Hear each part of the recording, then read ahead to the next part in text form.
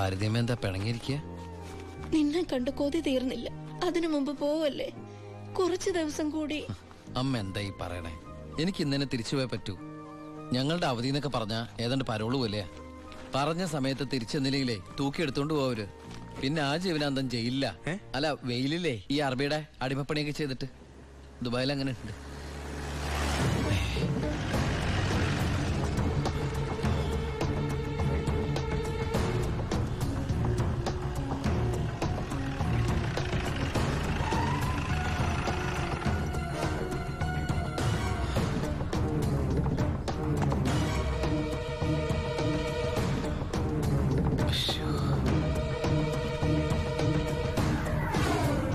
ഏട്ടനെന്താ പതുങ്ങി നോക്കുന്നത്? പോലീസ്. അയാൾ ആ ഗോപികയുടെ അടുത്ത ബന്ധുവാ. ഈശ്വര, ഇങ്ങനെ ഒരു ബന്ധു ഓർക്കുണ്ടായിരുന്നോ? അതെന്താ ഉണ്ടായാലും? അല്ല, ഒരു വല്ലാത്ത വൃത്തികെട്ട രൂപമല്ലേ. അമ്മങ്ങോട്ട് മാറിയ പെട്ടി ഒന്ന് പെട്ടെന്ന് പൊടിക്കോട്ടെ. ഇത്രയും വലിയ തറവാട്ടിന്ന് ഇത്രയും നല്ല ചെറുക്കന്റെ ആലോചന, അതും ദുബായിക്കാരന്റെ. വല്യേട്ടൻ ഫോൺ ചെയ്ത് പറഞ്ഞപ്പോ നിന്റെ ഭാഗ്യായിട്ടാ ഞാൻ കരുതിയത്. എന്നിട്ടിപ്പോ നിന്റെ ഭാഗത്ത് നിന്ന് കല്യാണം വേണ്ടാന്ന് പറയാൻ എന്താ കാരണം? ഇനി നിനക്ക് ആരോടെങ്കിലും പ്രേമം പറ്റുകൊണ്ടോടി?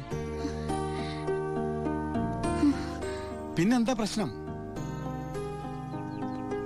വല്യേട്ടന് എന്തെങ്കിലും സംഭവിച്ചാ പിന്നെ നിനക്ക് ആരാ ഉള്ളത്? നീ എതിരൊന്നും പറയണ്ട, ഇത് നിന്റെ ഭാഗ്യമായിട്ട് കരുതിയാ മതി. വല്യേട്ടനാണെങ്കിൽ ഉറപ്പിച്ചോ, ബാക്കി ഞാൻ ഏറ്റു. എന്തായാലും ചെറുക്കൻ പോണ ദിവസം വന്നത് നന്നായി. ഉണ്ണിയൊന്ന് കാണാലോ. വല്യേട്ടാ, ഞാനൊന്ന് ഉണ്ണിയെ പരിചയപ്പെട്ടിട്ട് വരാം.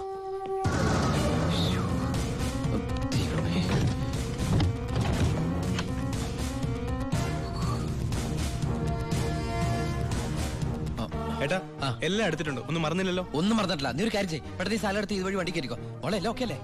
അമ്മേ, സമയമായമ്മേ. അമ്മ ഞാൻ ഇറങ്ങാട്ടോ. എന്തേത്? ഇത്തിരി അച്ചാറും പലഹാരങ്ങളും. എന്റെ അമ്മ, ഈ സാധനങ്ങളൊന്നും അങ്ങോട്ട് കൊണ്ടാൻ പറ്റില്ല. അവിടുന്ന് തരുന്ന ഫുഡല്ലേ കഴിക്കാൻ പറ്റുള്ളൂ. ഭയങ്കര സ്ട്രിക്റ്റ് അല്ലേ?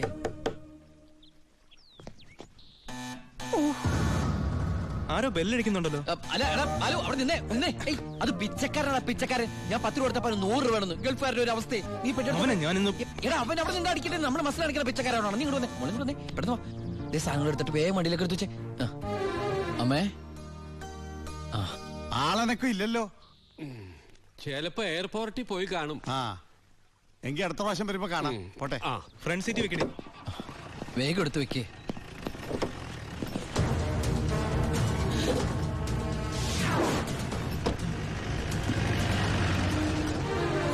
അയാള് പോയി.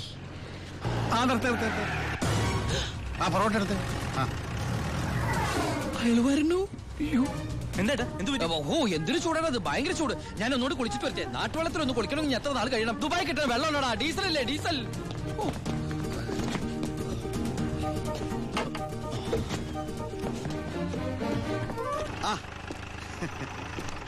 ഞാൻ വിചാരിച്ചു പോയി കാണുമെന്ന്. നീ എന്റെ ഗോപിയേക്ക് ചേർന്ന ചെറുക്കൻ തന്നെ. അയ്യോ, ഞാൻ ഉണ്ണിയല്ല, ഉണ്ണി എന്റെ ഏട്ടനാ. ഉണ്ണി എവിടെ ഒന്നും കണ്ടില്ലല്ലോ. ഉണ്ണിയേട്ടാ, എന്താടാ? ഒരാൾ കാണാൻ വന്നിരിക്കുന്നു. അയ്യോ, ഈ സമയത്താ? ഉണ്ണി കുളിക്കല്ലേ? കുളിച്ചോണ്ടിരിക്കുക. ആരാടത്?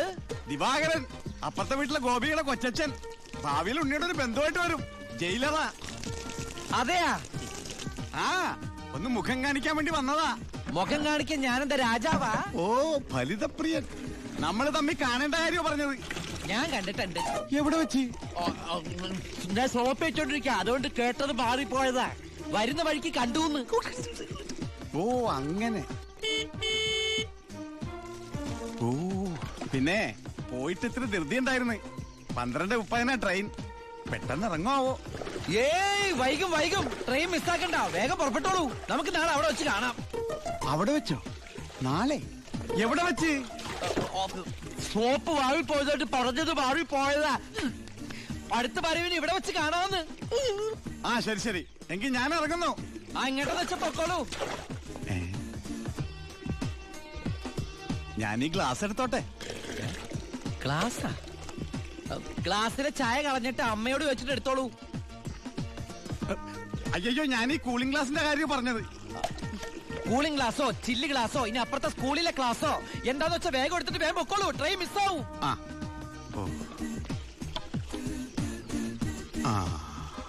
ഇനി ദുബായിക്കാരന്റെ വീട്ടിൽ വന്നിട്ടൊന്നും തന്നില്ല എന്ന് വേണ്ട. അപ്പോ ഞാനങ്ങോട്ട് ബൈ ബൈ.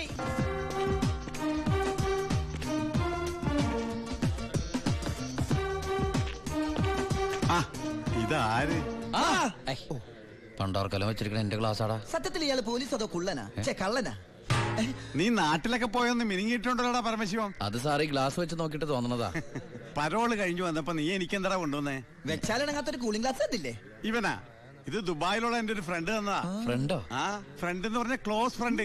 ആ കക്ഷിയെ കൊണ്ട് എന്റെ വലിയേട്ടന്റെ മോളെ കെട്ടിക്കാൻ പോവാ. ചെറുക്കന്റെ സ്വഭാവമൊക്കെ അന്വേഷിച്ചിട്ട് പോരെ കല്യാണം? ഇല്ല പരമശിവ. ഞാൻ ആരാ? പോലീസാ. അപ്പൊ ആ സംശയവും തീർന്നു. ചെക്കനെ കുറിച്ചുള്ള ഫുൾ ഡീറ്റെയിൽസ് എടുത്തു. ആണാ? അവന് 24 ക്യാരറ്റാ. എന്റെ വ്യാകുല മാതാവ് എന്നെ കൊല്ലു. ചുമ്മാ ഇരുടാ. ഇത് കണ്ട, ഇതവന് ദുബായിക്കുള്ള കത്താ. എന്തിനാ ഇപ്പൊ കത്ത്? കാര്യം അങ്ങോട്ട് നേരിട്ട് പറഞ്ഞൂടെ? അതിനും ദുബായിക്ക് പോയില്ലേ? അവൻ ദുബായിലെത്തി. ഇത് വെറും ഒരു കത്ത് മാത്രമല്ല, ഒരു ലിസ്റ്റ് കൂടെ ഉണ്ട്. ഒരു DVD, ഒരു TV, ഒരു മൊബൈൽ, അങ്ങനെ ചിന്ന ചിന്ന സാധനങ്ങള്. പോലീസല്ലേ മോനെ, ഓസിന് കിട്ടിയാ വിടുവാ. കാശിന്റെ ഇപ്പൊ എന്താ വില? ടൈറ്റാ. ചിന്നാടൻ ബാബുവിനെ ആശുപത്രിയിലാക്കാൻ വേണ്ടി ലക്ഷങ്ങൾ ഏമാർക്ക് വീശിന്നാണല്ലോ കേട്ടത്. പോടാ പോടാ. അത് ശരി. അപ്പൊ അതാണ് അവനോട് കാണാത്തത്.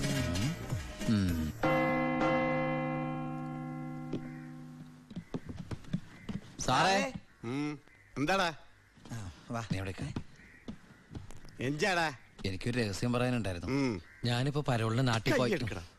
അതെ, വിജിലൻസ് ആൻഡ് ആന്റി കറപ്ഷൻ ഡിപ്പാർട്ട്മെന്റിലുള്ള എന്റെ ഒരു സുഹൃത്തിനെ ഞാൻ കണ്ടു. ആള് പറയാ ജയിലിൽ നടക്കുന്ന അഴിമതികളെ കുറിച്ച് അന്വേഷിക്കാനായിട്ട് അവര് രഹസ്യമായിട്ട് സ്ക്വാഡിനെ ഇവിടെ ഇറക്കിയിട്ടുണ്ടെന്ന്. ഇവിടെ? ആ, കള്ളത്തരത്തിൽ ചിലരെ ആശുപത്രി കിടത്താൻ കൂട്ടി നിൽക്കുന്നവരൊക്കെ പിടിച്ച് അകത്തിടും അത്രേ. അങ്ങനെ എന്തെങ്കിലും ഉണ്ടെങ്കിൽ സാറ് സൂക്ഷിക്കണം കേട്ടോ. ആ പിന്നെ ഞാനിത് പറഞ്ഞു ആരോടും പറയരുത്. നമ്മുടെ ഡോക്ടറുടെയും സൂപ്രണ്ട് സാറിന്റെയും പണി പോകുന്ന എനിക്കിത് കാണണം. അവര് കുറച്ചു നാൾ തിന്നട്ടേന്നുണ്ടാ. എന്താ സാർ? ഉണ്ടെങ്ങോട്ട് പോയതാ? ആരെ? ഒന്നുമില്ല.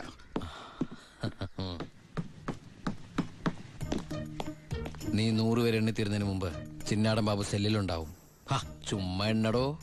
1 2 3. സത്യമാണോടൂ? അതെ സാർ.